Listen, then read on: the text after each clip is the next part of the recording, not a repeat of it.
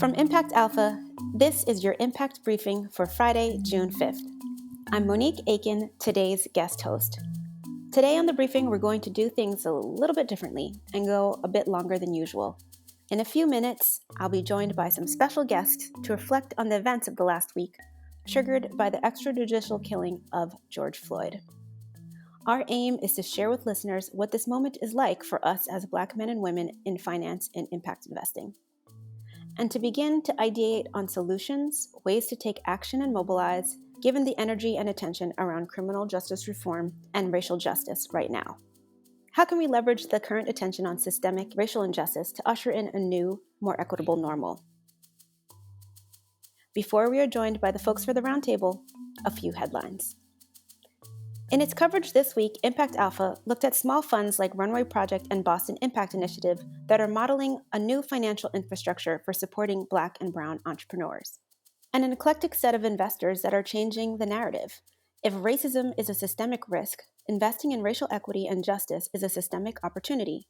Darren Dodson at Illiman Capital, Rodney Foxworth at Common Future, and Cynthia Muller at Kellogg Foundation are among the investors driving capital to strategies that fight bias, back entrepreneurs and fund managers of color, and share the stories from underrepresented voices through investments in Blavity and Macro. In other news, community development finance institutions are getting a bigger role in COVID relief. More than 2 months into the Paycheck Protection Program, community development finance institutions received a $10 billion carve-out to make loans to small businesses in underserved communities. And finally, will fossil fuel profits collapse? A report from Carbon Tracker says that fossil fuel companies may be overestimating future profits by more than $100 trillion. Falling demand for oil and cheaper renewables could have an enormous impact, including on investors holding more than $26 trillion in equity and debt linked to fossil fuels. So now to introduce our roundtable guests for today. We're joined by Angela Matheny, Director of Investment, Staff, and Diverse Manager Equity at Colonial Consulting. Hello, welcome, Angela. I'm sure you'll tell us a little bit more about what that means in a few seconds. Then we also have with us here today Donray, founder of Castleberry and Company. Greetings, welcome. Thank you for having me.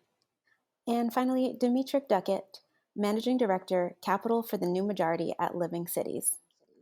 Great to be here with you, Monique. So thank you so much for joining us for this important conversation this week. Angela, if you don't mind sharing just a little bit more about who you are, where you're from, just give us a really quick high-level overview of your work so that we know who we're talking to, at least our listeners know. I already know. Thank you. I started out at Colonial Consulting as head of diverse manager equity, which means that I source women and people of color in asset management so that we could create a pipeline, because we all know about the challenging issue of that community getting access to capital. I'm originally from Brooklyn, New York, born and raised, and I ended up raising my two children, my son who's 23, I'm very worried about in these current times, and my daughter who's 17. So we're now in Queens, New York, and we've been here probably 18, 19 years. Oh, it's born in Queens. We'll talk more about that later. Donray, would you like to introduce yourself a little bit further second, and then Demetric will go to you. All right, thank you for having me. I am Donray Vaughn. I am a Atlantan that's been in Los Angeles for the past 23 years, pursuing a career in the entertainment business. During that time, I did some innovative things and managed some successful songwriters and producers, worked with everyone from Cody Chestnut to The Roots. I did one of the first ringtone deals in history, which showed me the coming technology boom into entertainment. That led me to build a consulting company, and that consulting company is how I got into the wealth space, which is I met a musician whose father was a multi-billionaire. As a person of color, that adjacency to multiple family offices helped me understand what the real chasm was, just the difference between access and understanding and generational wealth. And I use that knowledge now to move back to Atlanta, where I am right now, to purchase and redevelop the mall I grew up in, which is the opportunity of a lifetime, which is adjacent from Morehouse and Spelman, and we're turning it into an innovation center. We have some large partners and the city of Atlanta as our partner. And my general focus on a day-to-day basis is helping athletes and family offices make alternative investments. And my overall focus and my consistent thread is financial access for minorities. Amen to that. And that's a great segue into the work of Demetric at Living Cities. You want to share a little bit more about yourself too? Yes, of course. Always a pleasure. I'm Demetric Duckett. I'm the managing director of Capital for the New Majority at Living Cities. And that's my formal statement when normally I'm on, podcasts and interviews and things like that. But people who know me from birth know me as Mary's son. I grew up, regardless of all my titles, I grew up in Greenville, South Carolina. I live in New York City some 20 years now. I've been out of the South for 30. I often say I'm a simple, naive country boy, and my friends always ask which country, because professionally, I've mostly been a global financier. I was trying to move into .com when it blew up back in 2000. Then 9/11 happened when I was playing with wealth management, and it brought me back to my core roots from the 60s and 70s with my parents and being connected to community. So I wanted to bring my skills, resources, and passion into places and spaces that really mattered to me on a level beyond just the direct monetary compensation. And so that's why I'm at Living Cities after all this time. And there are a few other chapters in between, but that's the basic story. Well, thank you. Thank you for all for being here and for being willing to share your stories today. So I think we'll just begin a little bit with a conversation on what has the last week or so meant to you? What have you experienced? Obviously, this pandemic is its own special time in our history as a humanity. And it's brought us all closer to death right now, literally and figuratively and metaphorically. And our own mortality is so close to us at this point. In addition to specifically related to the murder of George Floyd on May 25th. I heard yesterday Reverend Dr. Barber from the Poor People's Campaign say death can be a catalyzer. And in so many ways, often someone is martyred and things change, movements build, uprisings happen as a result of that. And these protests this last week or so are evidence of this truth. How has watching what's unfolded affected you? Demetric, maybe we'll go back to you with your global perspective, but a child of the South, and the various ways that maybe has informed how you feel. Yeah, thank you. It's a bizarre situation to be in. I have a 20-year-old son, so I have my own young black male who thinks the world is his oyster and his dad pays for everything, who's out there, and I just don't know what to do. We're binational families, so he's in college now, like overseas, and all of that. And I've always debated on like where he would be best off because I am the globalist. Like having that Black American, sort of ticket really means something in a lot of places, especially if you come from at least middle income families. And yet, I'm so happy that I've not kept him here because I've worried about his well being, as all parents do with their kids. And yet now I see that I've been relieved of a certain element of the American tragedy on top of the American dream, right? We have the American nightmares that show up for us in moments like what we saw on screen. And I've just not been able to watch the entire thing. I have friends who've called and all of that. And I tell them, remember, I work at Living Cities with a racial equity lens. I push this data every day. I am paid to be Black traumatized for 10 to 12 hours a day. So when I get off, I have to limit and select how I engage. So I didn't need to see all 8 minutes and 46 seconds to know what happened. I funded work in Minneapolis across the board. I know both mayors, like all of that, because I knew all those data points. So I've been writing checks for a long time in those regions, and I was just like, "What the hell?" Like, I I'm left speechless, and I've been in tears most mornings, just prepping for work for at least the past week. Thank you for your honesty. I mean, the emotions are raw for us all, I think. I have not watched it either. I don't watch such things. This is not the first this year. I personally cannot. I don't want to watch people being murdered. I can't take that. I don't really watch that in movies and for entertainment. So I certainly cannot, at least me personally. Donray, maybe you can go next. Yes. I think history will show that the pandemic and the social unrest were of different origins, but happened in divine sequencing. We had a global event that brought humanity to your question. So I think Dr. Barber says, death can be a catalyzer.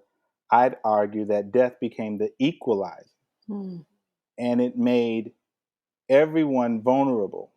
So, right at the time where we had this universal vulnerability, we then saw Ahmaud Arbery get shot. We heard about Breonna Taylor, and then we got the third reminder, as if we needed one, of George Floyd calling out for his mother. Yeah. And as I saw a post recently that says, everyone has a mother. And everyone understood that call, and every mother understood that call. So I believe that right now we're dealing with a scenario where humanity is the thread, and humanity wasn't brought on by the race, social unrest, the unjust killing of those and multiple others. Humanity was brought to the table by COVID and the vulnerability, and everyone from Tom Hanks to the Prime Minister to poor people getting this disease, this virus. So, how that affected me, I'm a person that try not to get too high and try not to get too low. When COVID first started, I was in the midst of my large opportunity in Atlanta, and I said to myself, be responsive, don't try to be proactive. So that was really the only advice I gave myself, which was, as a doer and an entrepreneur and a person who's, buying the mall they grew up in, all I could tell myself was, don't try to act, be comfortable reacting. So that's the entrepreneurial advice I gave myself, because what could I do in that moment? What I'm now doing in the moment of understanding and watching what's happening with the murders and the unrest, as I have a nephew, I don't have kids, but I have a large family, is to explain to them some things that they may not understand on TV. So I ask them to ask me questions. What are you seeing on TV that you don't understand? What are you reading that you don't understand? I'm going on their social media, seeing what they're posting. I'm being Uncle Nosy to try to get some insight on what they're living.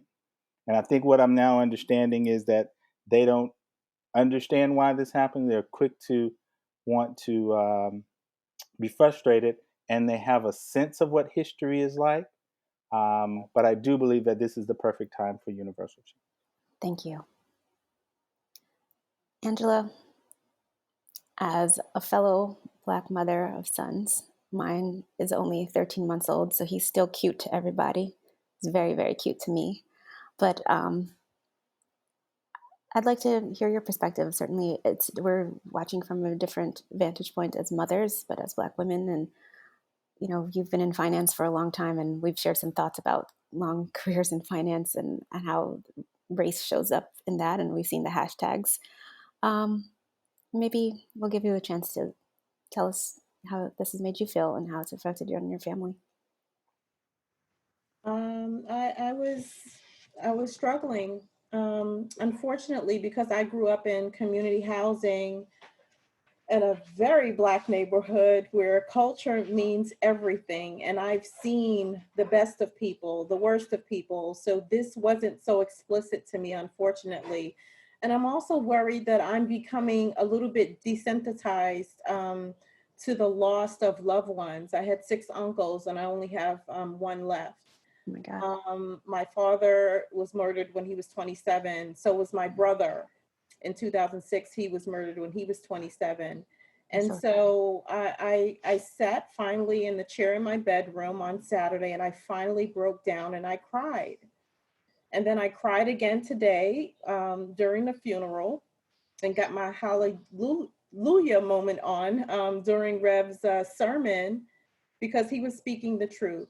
He was speaking the truth in terms of uncovering and all of disparities that we had seen for so many years. And there's this wonderful saying that we love to say in the Black community, we're just sick and tired of being sick and tired. And I am finally sick and tired. So I had to ask myself, how do I protect my children? I'm with that mayor in Atlanta. She said, she called her son and she's like, where are you? And we all know she didn't say it like that.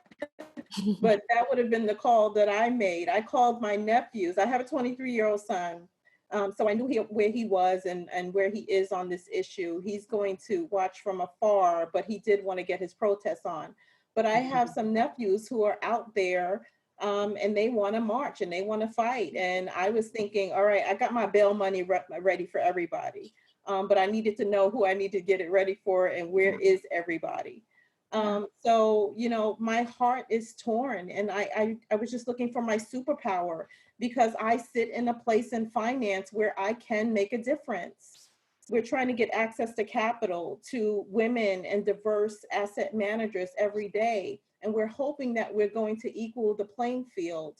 The work that I do is very important because equity in my title means that everyone gets a fair shot. And where I started in this was getting all the statistics as I build my pipeline of managers. I want to see who's getting access. Black people at the bottom of the totem pole. Then you have our Hispanic community. Then we look at Asians, they fare pretty well. Then we have the white women, which well, and this may be unfair, but I'm just going to say it. If we can assume that they're married to a white man, their household is okay. And so are we really equaling the playing field when we give white women just as much access to capital? When I look at my pipeline, so what I started turning to when I'm still sourcing these funds who are led by white women, God bless them in the work that they do, but I need to go to a granular level to see who's in the portfolio. Are you giving access to capital to people of color and women of color? And so we started doing that work and we started having asset managers complete surveys. And one of the things that we're looking at is we want to know who has equity, who has an equity stake in terms of the ownerships of the firms that we're looking at, because those are going to be the key decision makers and who decides what gets into the portfolio. And that's how we are going to create economic opportunity for the managers in that pipeline. Now, we don't only look at diverse asset managers, but we noticed that we were woefully and inadequately allocating capital to that group. And so I was hired to focus on that. And I'm happy to say that of the 38 billion that we manage, so far 4 billion, and we've got a lot more work to do, but 4 billion is allocated across 5 asset classes to women and diverse asset managers. It's awesome. And we're so glad that you're there. Me too, because it's really important. Also, one other point I want to make is that my team needs to be diverse because we need to understand and appreciate the opportunities, the innovation, and the creative opportunities that we're seeing from people who look like me, who sit across the table from me. Angela, you remind me of something. In our work at Living Cities, one of the things that I've pushed us to do is actually say white women and people of color, because in so many programs across the country that are intended to provide equitable access, you can name all kinds of titles. We'll hear things like MWBE. And what I remind my team of is that the M is gender neutral. And so the W only stands for white women. And I've spoken on this in some places, and then I laugh and remind people some of my best friends are white women. So it's not like I got something against them.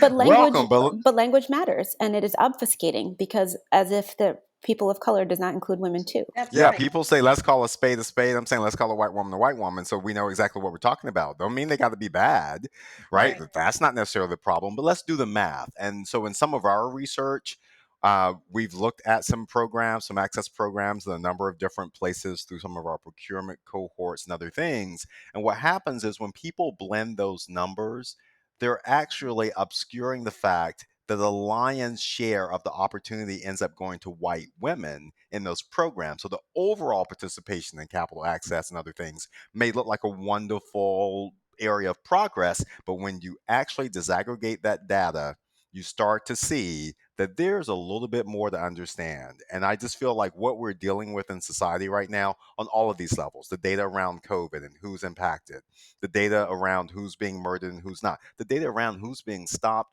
for damn wearing a mask or not in New York City, all goes to disaggregating that data and understanding that there is a really problematic racial issue that we just always try to bury as a culture. And I'm just not here for it anymore. Well, I appreciate that, and I think we all share that sentiment.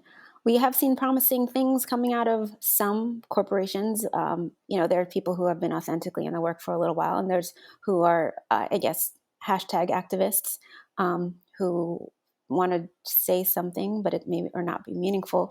But I think, I'd love to hear your own perspectives on this. This is a unique moment. It is different this time, some ways. Some are saying that this is the largest civil rights movement in history, given the number of people in protests across all 50 states, plus the number of countries who've stood in solidarity around the world to this particular challenge and related to lifting up Black lives and honoring the fact that Black lives do matter. What's your take on it, and how, in particularly in connecting it to impact investing in some ways, what can we do to harness this? So I think we are all seeing that we are making clear statements. What is existing is not okay.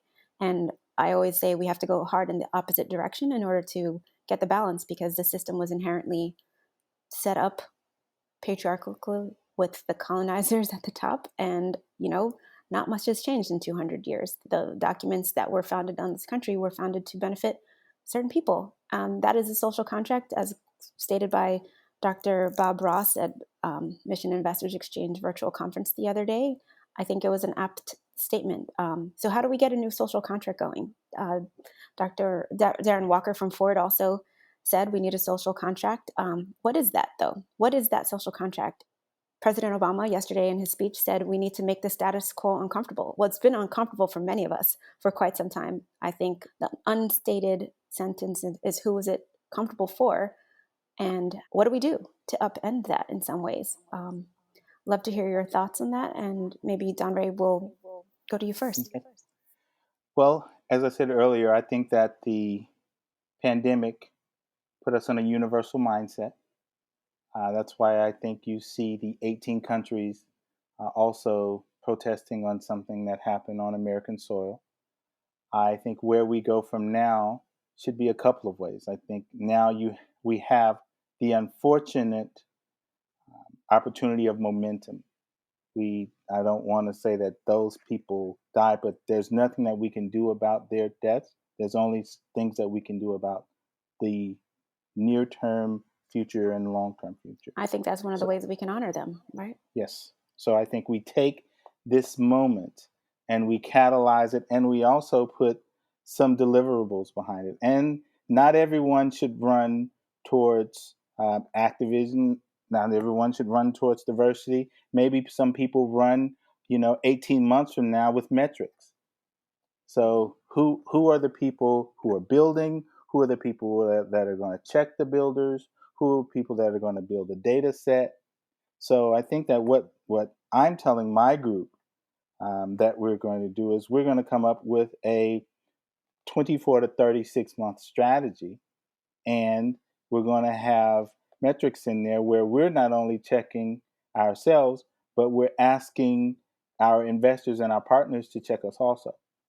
And I think that as minorities, the gentleman spoke a minute ago about normalizing data and bringing truth to data and aggregating data. If I could see one thing happen that I think would be the biggest change, it's an index of what people are doing versus what they're saying. Right now, we have this press release success rate where a large company can put out a press release, it can have a large number in the headline, and we don't know how much of that money hits the community. Without the accountability on that, then we're going to continue to have press releases. You're going to continue to have entrepreneurs expecting to get a part of that money, and you're going to continue to have corporations who are our leaders right now in the lack of national leaders be able to get away with just putting out a press release, putting out a fifth of that money, and then changing the topic 8 months to 12 months from now. Angela, what are you thinking about these days for what comes next? I'm thinking I'm going to stay exactly where I am and push harder and encourage my team to do more. And they're already there. They're just as outraged as I am. White, Black, Hispanic, everyone on my team had this very negative, visceral reaction. Leadership, everyone. And so getting capital into the hands of people who look more like us, the Hispanic community, women in general, but mainly women of color, is what I'm going to keep doing. And again, on a portfolio level, I have a very strong affinity for mom and pop organizations because that's all I saw growing up, the little stores on the corner and the little businesses. And I'm wondering, What, the quarter water? how did they thrive? Right? Yes, Monique.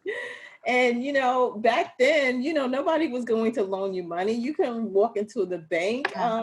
The person that you got money for was, I don't know, probably what we refer to as a loan shark or someone, of The that number nature. man.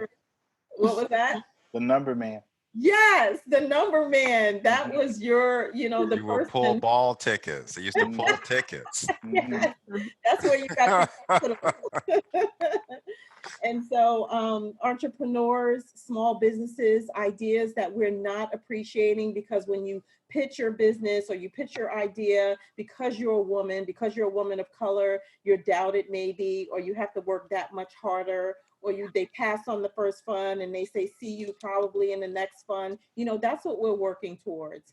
And if we don't support that ecosystem, those entrepreneurs, then they're never going to make it, to the next stage if we're talking about venture capital. We're never going to see those businesses and the portfolios as it spills over into equities and other asset classes. You won't see an IPO, right? You won't see a merger and acquisition that happens with people in businesses that are led by people like us. So we have to start, from the bottom. We have to start early. We have to start in the early stages of getting capital into the hands of those individuals. And then even further back, we're working with a lot of trade organizations to curate the talent, to find the talent that we don't see now. And so we're introducing them to asset management. We have a strong internship program at my firm. And I'm a big believer in just taking with them industry conferences. We have an entire program that's greatly structured to teach them about the markets, about what we do as a firm. And so those are the things that are important to me. And it's the thing that everybody else should be working on as we look to find the talent. Yep, train up the talent and make sure there's opportunities at the end of that training program. Demetric, I'll probably give you the final word. I think we're getting to the end of our conversation here, and I'll give each of you a chance to have sort of your Twitter version of final thoughts, if you could. Well, I'm going to pray for us all because I'm the Southern Baptist boy. And so giving me the last words is like letting the Baptist preacher speak when there's only 2 minutes. But I will honor our time and conversation. One thing I would like to offer is that Living Cities, we actually say new majority, hence my title, Capital for the New Majority, because we recognize all the data that points to the fact that within just a matter, like one more generation, let's call it 2045, I think, Brookings Institution said, this country will no longer have white people as a majority. And so the question is, what is the new majority? So we don't actually say minority. We say people of color because we want to we want to embed the power that represents. We say new majority because we as a country need to understand who we're going to be, which is why we're seeing all this drama. I can walk through a lot of policy stuff on why we're killing folks, blocking folks, and doing a bunch of things. People are nervous, and that's a different podcast. But just know it's in my head. And what I'm telling you is, with all of I have two $40 million impact investing funds. One is winding down, one we're still deploying. Everything we're doing right now centered on racial equity and closing racial income and wealth gaps. We are funding things for fund managers of color, those who are investing in businesses of color. We're pushing risk model understandings and assessments. That's my job. My money is 18 giant foundations. And if you actually extrapolate like our endowment holdings as this collaboration, it's like almost $100 billion. So they can afford to lose a little money. So we're really saying that the pathway forward is to understand that there's both the technical and the adaptive that needs to change in order for the system to change. Technical being how money works, who gets the money, right? What do people think risk really looks like? Right. All of that then ties into all of this adaptive stuff. What is the history, education, data management? What are all these like softer things that people need to put into their head in order to understand how to embrace the reality that we need to embrace for this country to continue to be well? And that's more important for people of color than I think we've recognized in that prior social contract. So what I got to say right now is the social contract needs to be amended, and we need a whole bunch of waivers. And so for all the impact investors out there, you know exactly what I'm talking about. We forget that the US government basically created equity investments in all of the massive grain belt companies that we take for granted now. Like, you forget they gave them that money when Lincoln signed the Homestead Act in 1862. They gave them the equity investment. They taught them how to run those companies. They gave them money when they came back from the war. My dad came back from the war. He couldn't get into the schools that his white colleagues could because we, at the federal level, gave the control to the states to make the decision, which meant those who were more racist controlled stuff. Like, there's so much stuff people just don't know about history that leaves them frustrated now. And what I know right now is what we're watching is the fact that because Black excellence, I am born of a people, the Black excellence that I am born of has continued for 400 years in this country's experience to march forward. And we're now at that pressure point where people who've leaned on the white card to cover their mediocrity are being challenged, because either you're good at what you do and what you know, or you are not. And if the only thing you got to rely on is being white, as Toni Morrison said to Charlie Rose, if the only way you can be tall is because someone else is on their knees, you have a problem that you need to fix. Amen, brother. Okay, well, thank you for taking us to church. If I had my, He if I did was say he putting was up a Southern boy now. and I had my I'm trying to piano, tell I you, would have don't make done a me little say amen. praise I'll dance. hum on you now. Going, I will hum. I will I would, hum. okay, we could do it in 3-part harmony. I know Donray's got some melodies in him too. So I so deeply appreciate each of you sharing such honesty and just vulnerability. I think I heard in some ways, and I think we are all charged individually in our work to take things forward. And my favorite phrase is to get caught trying. And as you think about where from here in your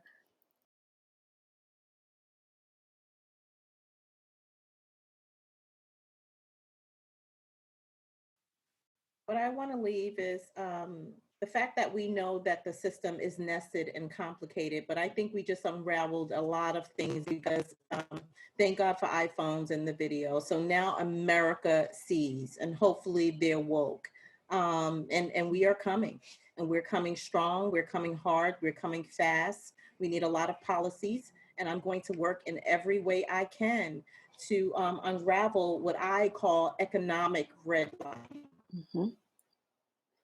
Thank you, Donray.